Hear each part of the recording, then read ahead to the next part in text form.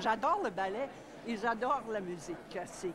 Un événement comme le Gala des Étoiles montre justement très rapidement une sorte de panorama de ce qui se passe en ce moment. Pour moi qui aime justement voir les ballets de tous les mondes et voir du flamenco, de la danse moderne, pour moi c'est un des spectacles les plus importants. C'est une ville qui a une longue tradition de danse, de ballet, et ça c'est un des atouts majeurs de Montréal. Après tous les festivals d'été, etc., la nouvelle saison commence avec le Gala des Étoiles. La vie culturelle au Québec a beaucoup d'importance au Canada. C'est peut-être une des provinces qui est la plus florissante dans ce domaine-là. Le Canada exporte beaucoup de danse, beaucoup de danseurs qui tournent à travers le monde. Oui, j'ai fait du ballet pendant 12 ans quand j'étais petite. Donc ça, c'était mon spectacle préféré de l'année. Mon danseur préféré, c'est Maya Plisetskaya. Donc quand j'ai lu qu'elle venait encore une fois, ça m'a beaucoup donné le goût de la voir. Et je n'ai jamais manqué une année. Tous les ans, à la fin de l'été, la Place des Arts à Montréal est l'hôte d'un événement unique dans le domaine de la danse, le Gala des Étoiles, fondé et produit par Victor et Nathalie Melnikov. Depuis déjà plus de 10 ans, le gala réunit sur une même scène certains des plus grands talents de la danse, des artistes venus d'ici ou d'ailleurs dans le monde.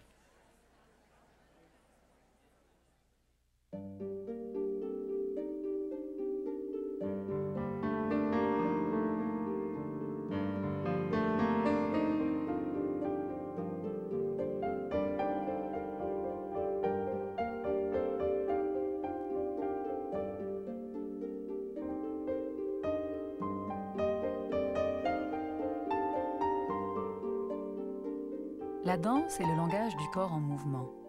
Non seulement s'agit-il d'une discipline artistique très ancienne, mais aussi d'un mode d'expression fondamental, profondément archaïque.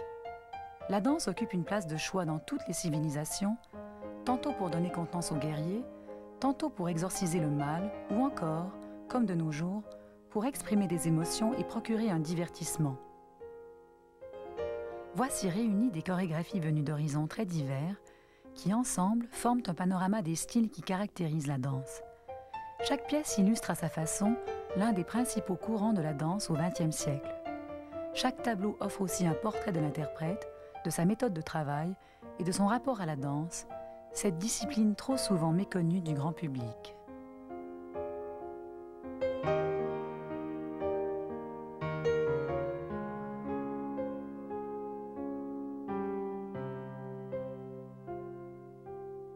Il faut une grande virtuosité pour devenir prima ballerina, et sur le nouveau continent, rares sont celles qui peuvent y prétendre. Evelyn Hart, première danseuse du Royal Winnipeg Ballet, est au nombre de ces rares joyaux. Animée d'un sens précieux de la musicalité et de la poésie, elle suscite des éloges partout où elle se produit. Evelyn Hart est accompagnée par une autre figure de proue du monde du ballet, Rex Harrington, premier danseur au Ballet national du Canada. Ensemble, ils interprètent la chorégraphie Jeune homme de Uwe Scholz sur une musique de Mozart.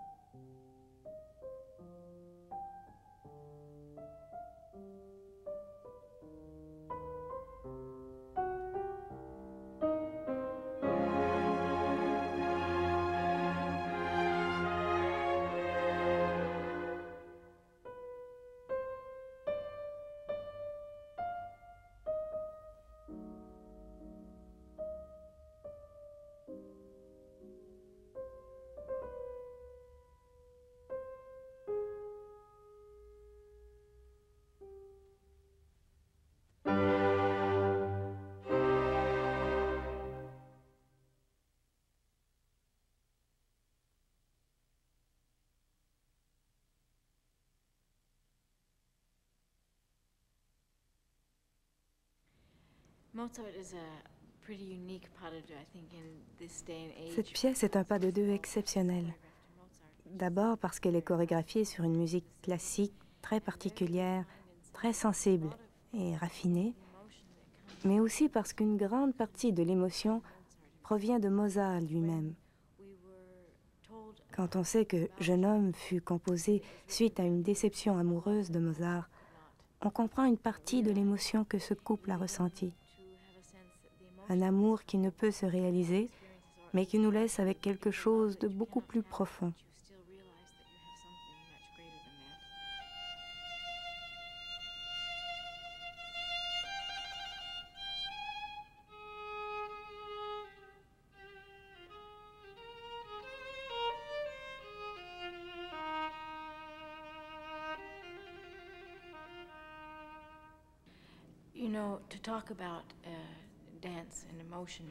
Parler de la danse et de l'émotion en danse, c'est une question très vaste.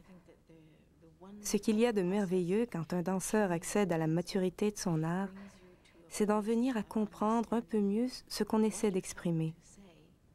Mais il faut alors prendre un engagement ferme avec soi-même et se dire « Je ne veux pas être impressionnant, je veux être expressif ». Dans la vie, on a souvent tendance à fuir devant l'honnêteté, la simplicité et toutes ces choses qui doivent être réunies pour qu'il soit possible de s'adresser directement à un autre être humain.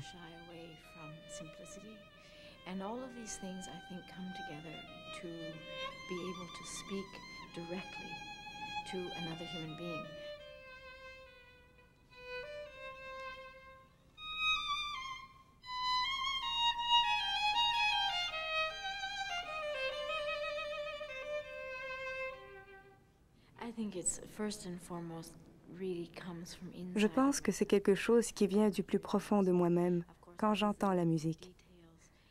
Bien sûr, les détails que je découvre au sujet du compositeur m'aident à comprendre d'où est venue cette musique. Mais il y a aussi le point de vue du chorégraphe. Plus on a de renseignements, plus on possède d'éléments à utiliser.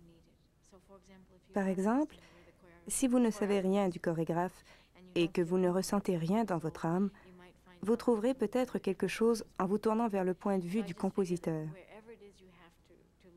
Il faut fouiller, peu importe où, mais il faut fouiller, creuser sans relâche, jusqu'à ce qu'on découvre la chose qui nous fera vibrer, qui nous touche, et tout se met à vivre à partir de là.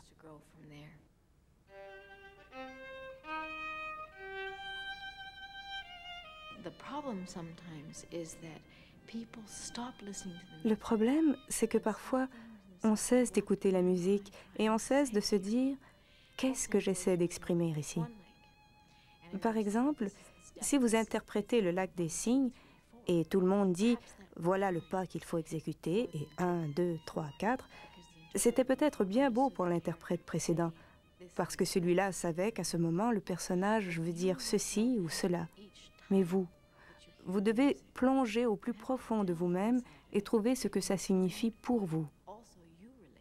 Il faut croire à cette expérience et la ressentir honnêtement à l'intérieur de soi-même. Parce que si on ne la ressent pas, on ne pourra jamais la communiquer. Ce sera peut-être beau, ce sera physique, mais ce ne sera pas ancré dans votre âme. Voilà ce qu'il y a d'extraordinaire au théâtre et dans les arts de la scène en général. Tout se renouvelle sans cesse. Rien n'est jamais pareil. Tout se déroule dans le moment présent et chaque moment ne vaut que pour lui-même.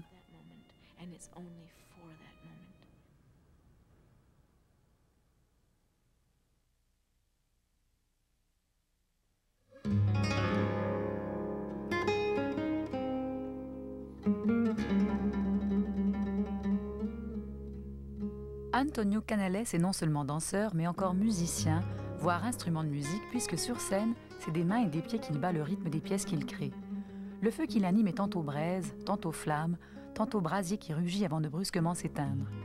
Ce danseur et chorégraphe espagnol, originaire de Séville, a travaillé en France avec la compagnie Maggie Marin avant de rentrer au Bercail se consacrer à l'art de son pays d'origine, le flamenco. Vieux de plusieurs siècles, le flamenco est né de la rencontre des gitans avec le peuple d'Andalousie.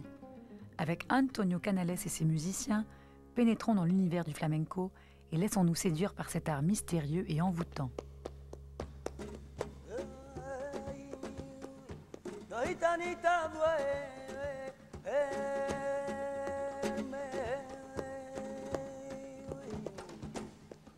Toca mi todo alambre, toca mi todo alambre, iremos los dos por ella, compañerita del alma, que todas las chicas ya la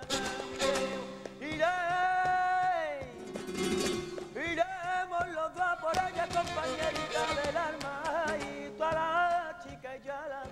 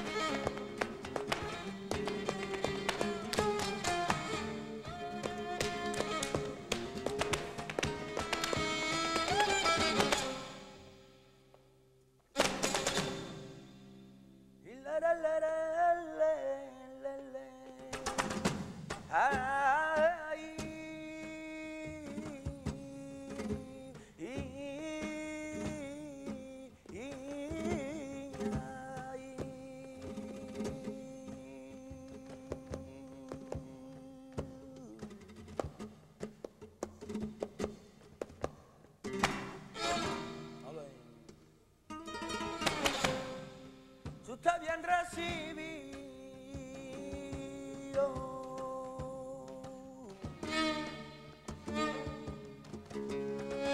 Está bien recibido.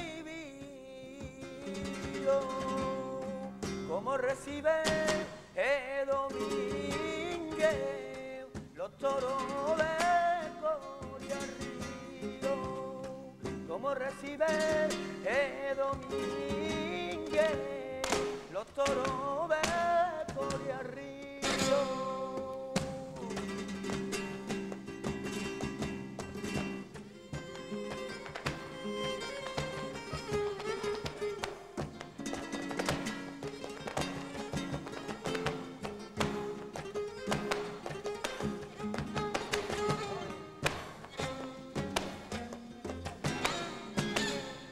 Y el árbol que está en el cerro y el agüita no le llega.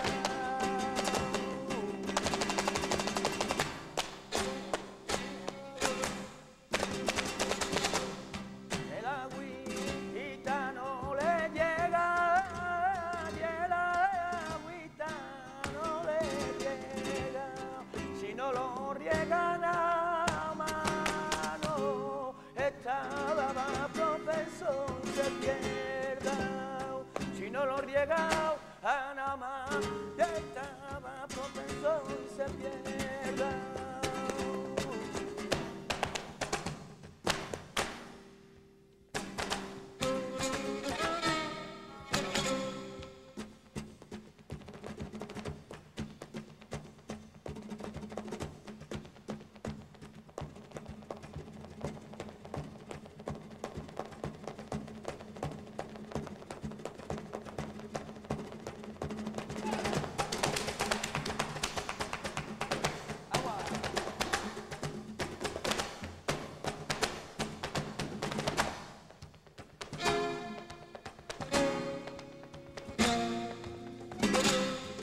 Yo me voy a emborrachar con una copa de aguardiente, con una copa de aguardiente, y hasta la clara del día te voy a cantar yo por tu bulería.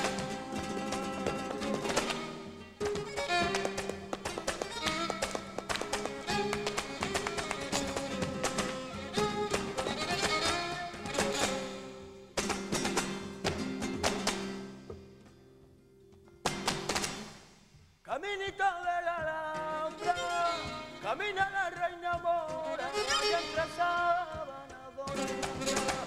Desde mi ventana veo el sol naciente de buena mañana, de buena mañana.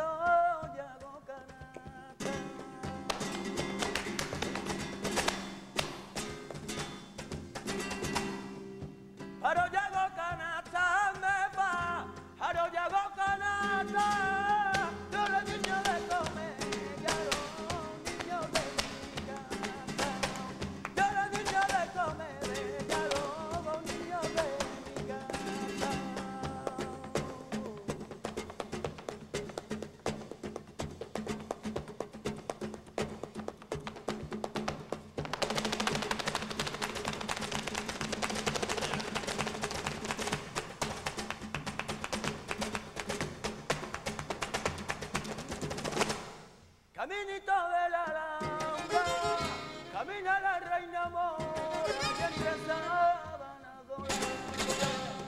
Caminito de la Alhambra, camina la reina mora, y entre sábanas doradas.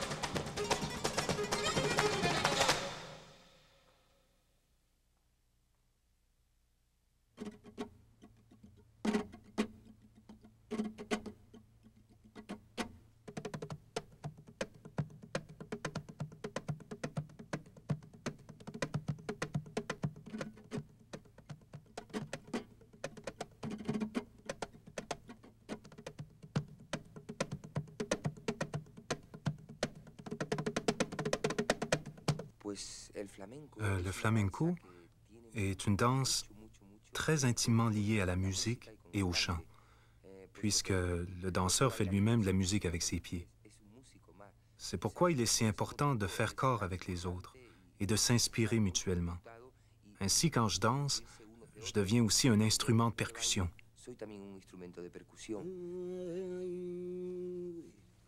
Dios mío, qué vergüenza, que se enteren los gitanos, que yo tenero la fragua en venta. Se enteren los gitanos, que tengo la fragua en venta.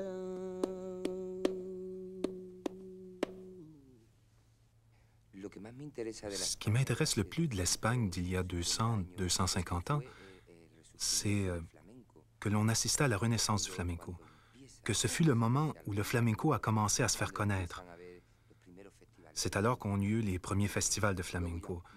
Ensuite, beaucoup plus tard, il y a 100 ans, Manuel de Falla et García Lorca ont organisé le premier concours de chant flamenco.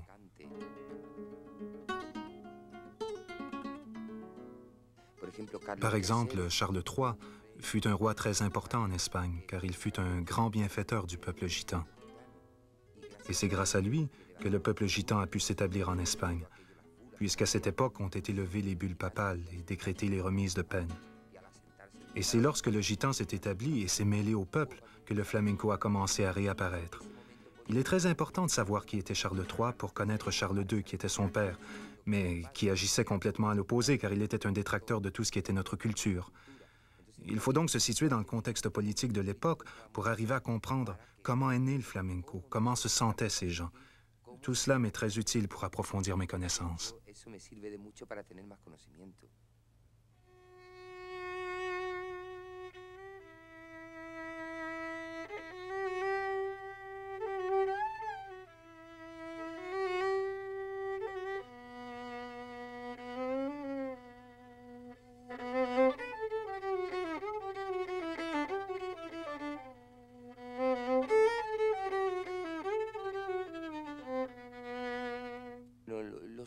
Les origines du flamenco sont très reliées au sacré, parce que le flamenco a servi aux lamentations. Lorsque un travailleur des mines ou des champs rentrait chez lui, le flamenco lui servait aux lamentations ou à la prière.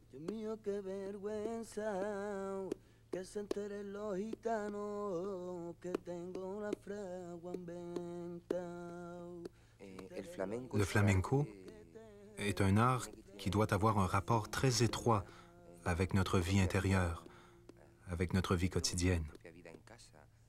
On ne peut pas faire du flamenco ou interpréter le flamenco et mener une vie complètement séparée de ce que sont les manières flamencas, les idées flamencas, l'idiosyncrasie qu'on retrouve dans le flamenco. Tout cela est lié à la vie quotidienne. Dès qu'on se lève, la maison, la famille, les amis, les goûts, nous avons beaucoup de choses en commun. Il ne s'agit pas d'une secte, mais plutôt d'une communauté. C'est une communauté flamenca à laquelle il faut s'intégrer, afin de vivre une vie flamenca et pouvoir ensuite interpréter, chanter, danser ou réaliser n'importe quelle expression de l'art flamenco, comme peindre ou écrire. Je crois qu'on ne peut pas faire du flamenco si notre vie n'est pas flamenca.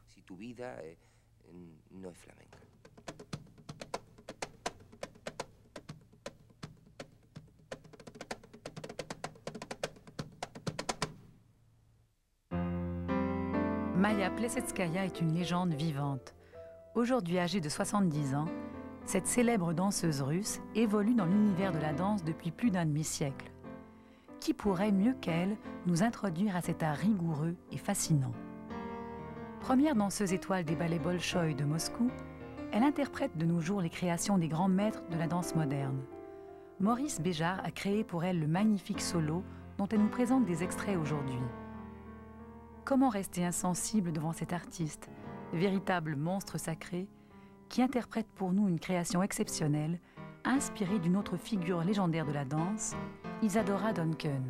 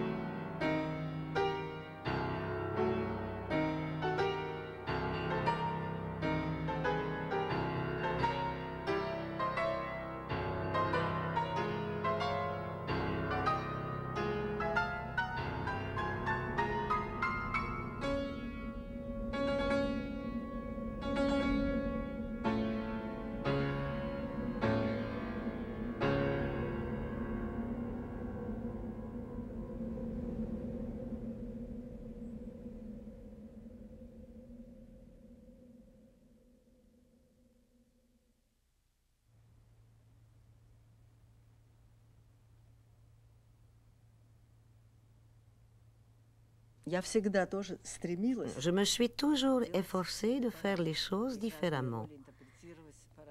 J'ai essayé d'interpréter les rôles de façon différente.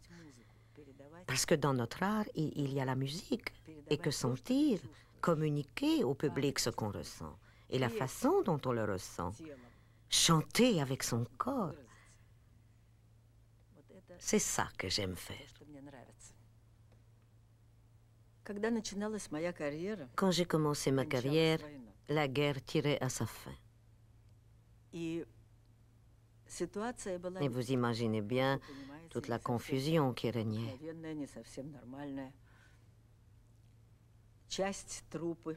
Une partie de la compagnie des ballets Bolchoï donnait des spectacles dans un théâtre affilié à Moscou, pendant que le reste de la compagnie avait été évacué à Koïbitchev, qui s'appelle de nouveau Samara. Et c'est à cause de cette situation que des danseuses comme moi, à peine sorties de l'école de ballet, avons beaucoup travaillé et dansé des premiers rôles immédiatement. Quand la compagnie est revenue à Moscou et que les ballets Bolchoï ont réouvert leurs portes, j'avais acquis un vaste répertoire puisque je n'avais pas cessé de danser et que j'avais interprété une trentaine de solos.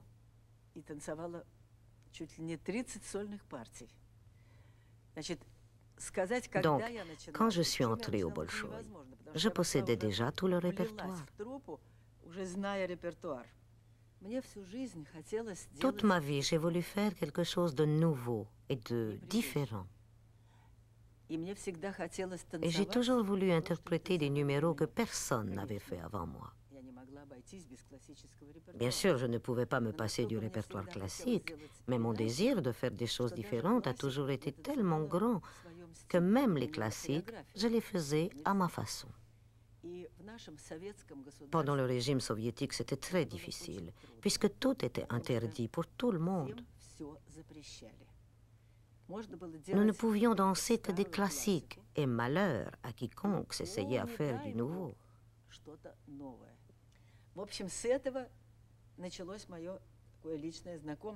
Après bien des difficultés, j'ai fait la connaissance de Béjart, sur le plan personnel, pas professionnel. Et mon rêve s'est enfin réalisé. Que Béjart crée une chorégraphie juste pour moi. Je lui ai parlé de mon rêve et il m'a dit « Donne-moi une idée, je te ferai une chorégraphie avec plaisir. » J'ai réfléchi, j'ai fait de la recherche et j'ai trouvé quelques idées.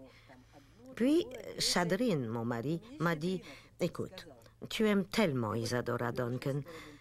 Nous sommes en train de lire son livre, Ma Confession, qui montre à quel point elle était une personne charmante et merveilleuse.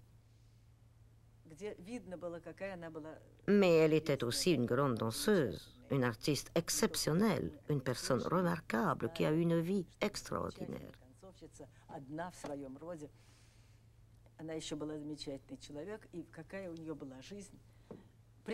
Pourquoi tu ne suggères pas cette idée à Béjart?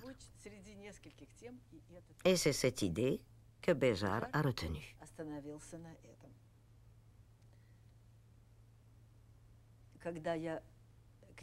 Quand je suis arrivée, tout était prêt. Il faisait les 100 pas avec le livre d'Isadora sous le bras. Vous savez, il a eu la brillante idée de résumer toute sa vie dans un ballet de 15 minutes.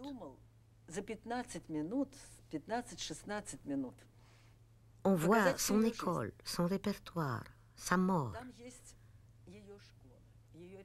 Elle a été la première à interpréter du répertoire sérieux. Montréal est en passe de devenir une véritable ville phare de la nouvelle danse. De nombreux artistes ont créé ici des œuvres d'avant-garde très remarquées, tant sur la scène locale qu'ailleurs dans le monde. La danse contemporaine trouve à Montréal un public assidu et des interprètes de grand talent dotés d'un charisme absolu. Voilà sans doute ce qui attire chez nous des danseurs de haut calibre, comme l'américaine Andrea Boardman, capable d'ensorceler une salle en quelques instants à peine par la fluidité de ses mouvements et la palette considérable des émotions qu'elle sait traduire. Le chorégraphe espagnol Nacho Duato, nouvelle tête d'affiche de la danse contemporaine européenne, a trouvé en elle une interprète idéale. Andrea Boardman et son compatriote Derek Reed, des grands ballets canadiens, interprètent un duo extrait de Rassemblement.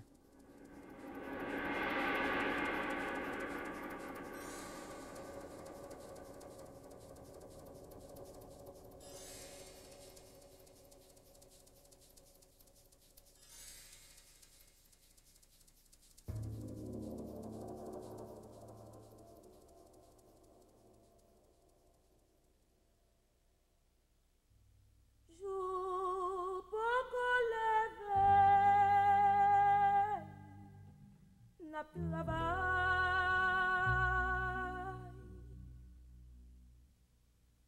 Soleil fin couché,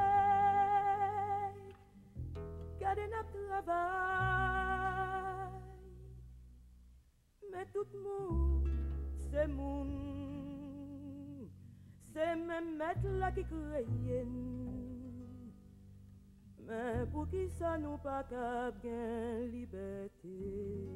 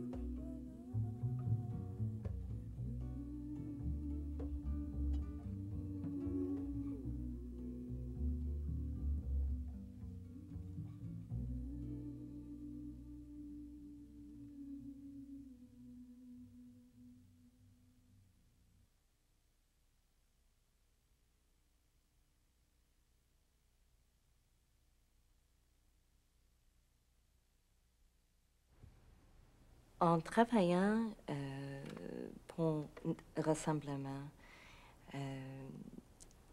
j'ai travaillé avec Nacho Duato pendant plusieurs semaines.